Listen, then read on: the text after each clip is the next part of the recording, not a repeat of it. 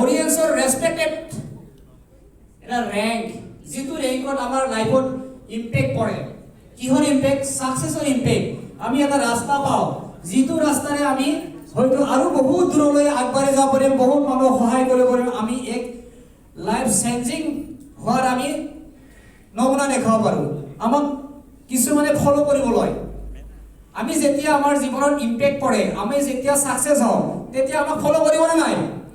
তো অডিয়েন্সৰ তেনেকুৱা এটা ৰেংক, যিটো ৰেংকৰ নাম হৈছে গোল্ড ডাইৰেক্টৰ। কিমানে জানে বাৰু গোল্ড ডাইৰেক্টৰ ৰেংক এটা আছে বুলি? কিমানে জানে? গোল্ড ডাইৰেক্টৰ, মোৰো এটা সপোন আছে, মই গোল্ড ডাইৰেক্টৰ হম, আৰু মই গোল্ড ডাইৰেক্টৰ হম, এইটো 100% মোৰ বিলিভ আছে।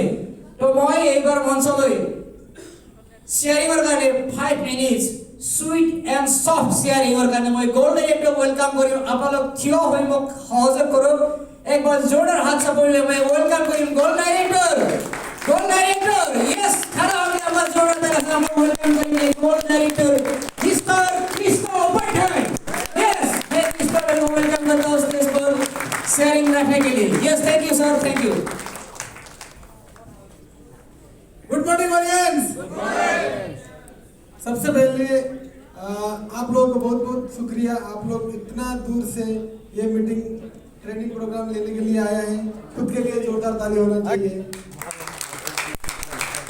उसके बाद कंपनी मैनेजमेंट हम लोग को इतना बढ़िया ट्रेनिंग प्रोग्राम, वो भी 5 स्टार होटल में हम लोग को दिया है। वी आर सो लकी, हम लोग लकी है कि नहीं? उसके लिए भी ताली होना चाहिए।